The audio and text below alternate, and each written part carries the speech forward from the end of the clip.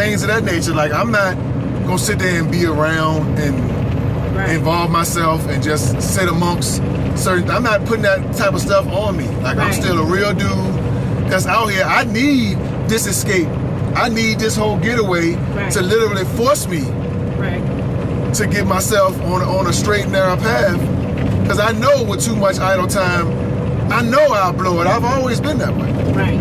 So just being on the truck for me, discipline for you. Being on the truck for me was strictly that. Right. I mean, not strictly, but it was a lot of it was that. I needed to get up and get from around the complacency and all. Oh man, because I mean, even I'm 43. Right. But in my 40s, I still battle with my own self. Right, of course. So for me to be out and away and a lot of stuff not be at my fingertips and my disposal, like, shucks, I need to be isolated. I'm that way. I'm overindulgent. I'm compulsive. Right. So, I mean, I can make proper decisions, but in some of those same environments, I'm gonna blow it. Right. I know me. I'm gonna blow it. I can't speak for nobody else, but I know me. I'm gonna blow it. So getting out on the road for me, it keeps me where I need to be. Right. It keeps me from dealing in and being amongst ignorant stuff. Yeah. That ain't gonna help me. Right. Because I done got up, fell over and over again. Whether it's in the drug game, I done hit and I done lost. Right. Like, every aspect of my life has always been a hit and miss. I can get up, but it ain't gonna be long before I'm gonna do something to myself on some self implosion, and I'm gonna lose it. That's how self-sabotaging yourself. My life has always been like that. Right. Like I said, I can be honest, that my life has always been like that. So I've been down that road too. I had to get away from all that kind of stuff. That's why if I'm not around or involved in positive stuff, that's constantly growing me. Right. And that's what kind of being on the road for me does. Seeing things, traveling, that kind of stuff keeps me intrigued. It keeps me motivated. It keeps me on a certain high. Right. That I don't want to belittle myself by going back to do some of the same old stuff. So for me, I need to keep it moving. Right. Now see, some of those things I can relate to. The hitting and missing and everything. I can relate to that. But I'm different in the sense that I like to be busy. So I know, like, just the whole aspect of sitting in the truck a lot of times is a difficult thing for me, because I like to move around. I like to do stuff. I've always found myself to be, just busy. I like to stay busy. Right. Just for my mental state, I love to do things, and I'm a helper. I've always been a person that I just want to see people do well and be happy, and I'm always like, what can I do to help? How can I fix this? How can I help with this situation? And I have I miss my family. I do. I miss my children. I think it's because right now they're going through a lot, and they're going through a growing up period that, in my mind, I thought I was going to be there. I thought I would be there to, I was looking forward to the whole, the girls going to college and then come home, and I'm there. Like, I was looking forward to that empty nesting, being at home by myself, and then when they came home, it's like, your room is just the way you left it. Yes, or, and just, all of the little things that go along with them growing up and that time, I do miss seeing my grandkids. I thought I was going to be a little bit more active with them, just in their upbringing and things like that. And just for me, I went through a lot before me and you got married with raising my children. You know what I'm saying? I had them very young, and I struggled very hard. I worked 2 or 3 jobs, sometimes with no sleep, fall asleep at work. I mean, I've had accidents working night shift. I mean, I've been through a lot just to get that bread to make sure that I could do for my kids. I don't want them to struggle like that. Not if they didn't have to. Right. So the fact that, you know, all this time has went and now they're adults and I can see them trying, you know, in different stages, and I can't, you know, always be there to give them that extra push. That's a problem for me. You know, I want to be able to say, you know, I wanted to be able to say to my children, yes, you can come stay at home and you can save your money to get a place, to purchase a car and do those types of things. I wanted to be able to do those things. But, you know, life did not work out exactly the way I planned it and envisioned in my head. But that does not mean that I still can't, that I still don't have time. Yeah, because it's not over. Right. You know, as long as I'm still breathing, you know, there's time, you know, a chance for me to make some wrongs right.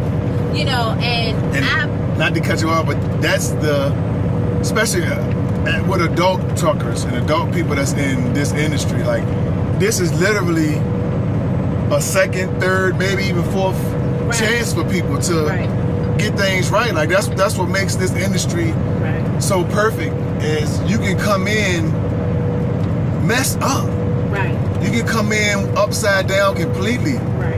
And if you really want to, life around. you can balance your whole universe out. Right. If you're willing to stay focused and do that. Right. So you have time. That's time to of course. reconnect and make those connections. It's that's time to with the grandchildren, like everything. We can be in a position where we really can do for our grandchildren. Right. And see, you know, that's what I struggle with, because we have adult children. You know, we still got one that's in high school, but the other ones, they're thinking in a different mindset. You know, they're in a mindset like they oftentimes can only see what they see. You know, that period where it don't matter what nobody say to you. You think you know all the answers, and even somebody that's lived way longer than you can't give you the advice that you need to get ahead. You know, that's that stage that they're in. Right. So to them, a lot of times, it's mommy's looking great. Mommy's traveling everywhere. Wow, did you see the videos? Did you see the pictures? Like, mommy's in Vegas and mommy's in Colorado. Oh man, she got this and she's doing that. So their thoughts is, well, mommy's having a great life, but what's going on with us? You know what I'm saying? And so it's like, it's that process that I have to explain to them, you know.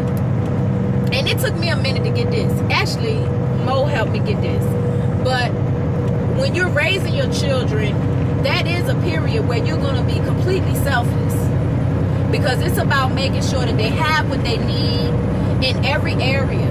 You know, you're trying your best to raise an upstanding citizen, a person that is going to actually be a good person as much as you can, you know.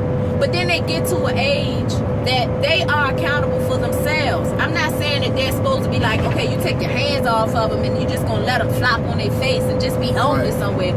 I'm not saying that. But it's going to come a time where it's going to be that push and that pull and that tug with them, because they're in that place like, I know what's best for me, while you're saying, no, you don't, because you don't know enough yet, and you're going through this tussle with them, you know. And some of them make it through the tussle.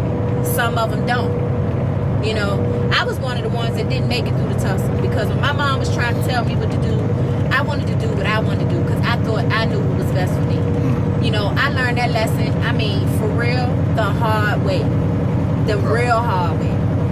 And I've been trying my best to right those wrongs with my kids. But to come back to what I'm saying, in that period, being selfless, I am not saying I'm not a selfless person, because I am. But this season that I'm in right now, it is about me. And it's okay. It is okay. It's not just about me, but it's about me now. Before, it wasn't about me at all. Yeah. But now I'm in this season. I'm in this, you know. It's no more selfless. But it's about me now. you know, and I deserve to have a happy life, just like I'm trying to provide that for them. That's you know, right. And whether they understand it or not, whether they realize it or see it or even can appreciate it, I gotta do what's right. You know, I can't wear it's something. This just dropped in my spirit while I was talking. Like, how many times have you been in a situation, those of you that are parents, and or even if when you was a kid and you was asking your parents for something that you really wanted and you felt like you really deserved it. You done well in school, you did your chores, you did everything you were supposed to do, and your parents said no. And you was really angry because in the back of your mind you like, what the? Why I can't have it? I see you buying this and you buying that, so we ain't broke. Right. Like, why I can't have these things? Right. I done accidentally called somebody. Did I call you, babe? Yeah, call one of the babies right here. Hey, Natty. I had the phone in my lap. I thought I kept hearing somebody talking. I'm like, what is that? I know the radio now. Oh, Lord. Hold on 1 second, y'all. But to piggyback on what she just said, we are finally putting ourselves in a position that for those kids that feel like they got it and got all the answers and that whole 9 yards, when they do slip and fall, we're in a position to possibly can catch them. Right. Where before, because they're going to go through that stage regardless. Right. They ain't just going through it because you either got it or don't got it. The richest parents their kids gonna go through it, to the poorest parents' kids gonna go through it. The difference is, are the parents in a position to help catch and alleviate some of the growing pains and heartache that's gonna come with your children getting to that hard-headed, I know it all stage. Right, and this is what I was saying. All right, so in that situation, you ask, your parents tell you no, but let's reverse that thing. What about that parent that your child is asking you for something that you really want to give them, but you got a bill that you got to pay, or you got a car note that you got to pay, or the rent is due, the mortgage is due, or maybe y'all in a situation where a house get ready for foreclosure, they get ready to come take something, and your child is sitting there asking you for something that you cannot give them. We've been through They don't understand that. You see what I'm saying? So sometimes as parents, you have to understand that you have to be the parent and let the child be the child, even as they get older. Even grown children. That's why I call them still my children, because they're not adulting yet, as I would want them to. You know, not all of them. You know, everybody's at different levels. Right. So sometimes I say to them, and I be it as nice as I can be. He might not be as nice. Sorry about the bumping, y'all. We still and we ain't got the most tightest phone thing either, so it's a little loosey-goosey. Right. But, I mean, the reality is there are times that I have conversations with them and I have to say to them, you might not understand why I'm telling you this, but this is what it is. And I just had a conversation with the next to youngest baby that's in Job Corps last night, explaining to her that, I said, let me just give you a word of advice. I said, I know that you feel frustrated when people are telling you the same things over and over again and you don't really understand. I said, but get to a place that you can receive from somebody older than you. Because they're not going to steer you wrong. Majority of the time, they've been through it. They know it. They done seen it firsthand. And they're trying to keep you from getting in a pitfall. So just listen. Even if you don't like it, if you don't understand it, listen to it. Go in your alone time and sort through and say, maybe I might just try that. You know, because maybe that might be the way I need to go. Because you don't have all the answers. You haven't lived long enough. You haven't lived long enough. You know, and this is how I have to talk to them. I was that child. And I'm going to tell you, you could tell me. You could not tell me at 18, 19, maybe from 18 to about 26. Oh man, it wasn't nothing you could tell me. I was an adult. You hear me? I had my own place, my own car, my own dollars. And in my mind, outside of that, it ain't nothing else I needed to know. That's right. Wrong. Big wrong. Yeah. Because I didn't know nothing. For real. I ain't know them bills was going to be smacking me in my face every month soon as I pay another one was in the mailbox. Right. So I'm just saying, be mindful. You know, do what you got to do. Yeah. For you and your family, for you and yours, do what you got to do.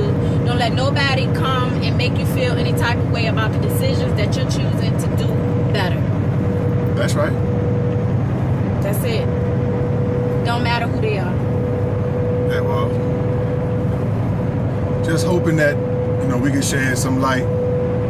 You know, these are some of the conversations that she and I have on a regular basis.